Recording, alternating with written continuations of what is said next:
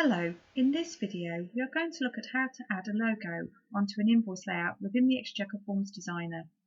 To do this successfully, we first need to complete three simple tasks. Firstly, we need to have your logo saved in a bitmap format, ideally already sized to fit your layout. Resizing the image within the Forms Designer is possible, although it can lead to either a grainy or blurry image. Secondly, the logo needs to be saved in your Exchequer Forms folder, so you need to know and locate the path. Thirdly, you need to know the name of the form you will be updating within Exchequer. I already have my logo saved as a bitmap, so I'm going to move straight to step 2 and locate my Forms folder. So to do this, I would open my multi-company manager, and when I do so, for each of my companies, you can see the path that your Exchequer has been saved on your network. So mine is located on my C drive in the EXCH SQL folder, then beneath that into a folder named Data. Underneath that Data folder will be a further folder called Forms. This is where all of my stationery layouts for that particular company will be located. So by that I mean all of my invoices, statements, remittances, purchase orders, etc. It's also where I need to store any images that I want to be associated with those stationery layouts. So what you then need to do once you've made a note of that path is to find that path via your Windows Explorer. So here you can see that I've gone to my C drive, EXCH SQL folder, Data folder, and then beneath that the Forms folder or directory.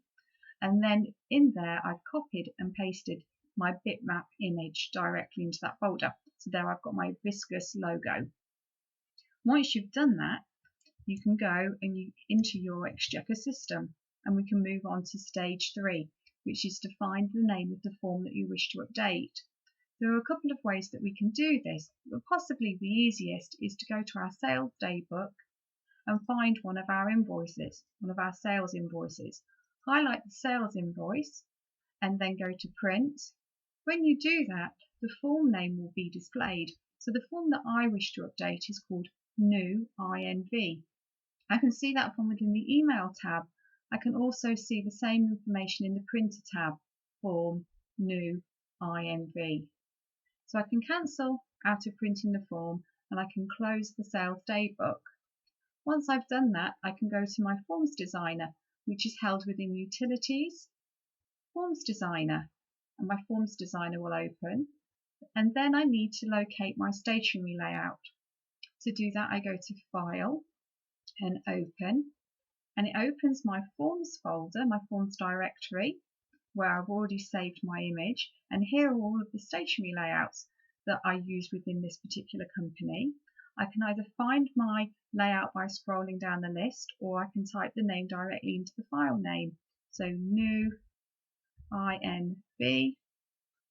I can click on the correct layout and then open, and here's the stationery layout I wish to update. To add a logo, I go to my Add Image button, which is this one, which is a page with a couple of mountains on it. If I click on there, and it takes me back into the Forms folder, my Forms directory, but this time it shows me all the bitmaps that I've got stored. So these are all of the different images that I've got in that particular folder. And you just scroll down to find yours.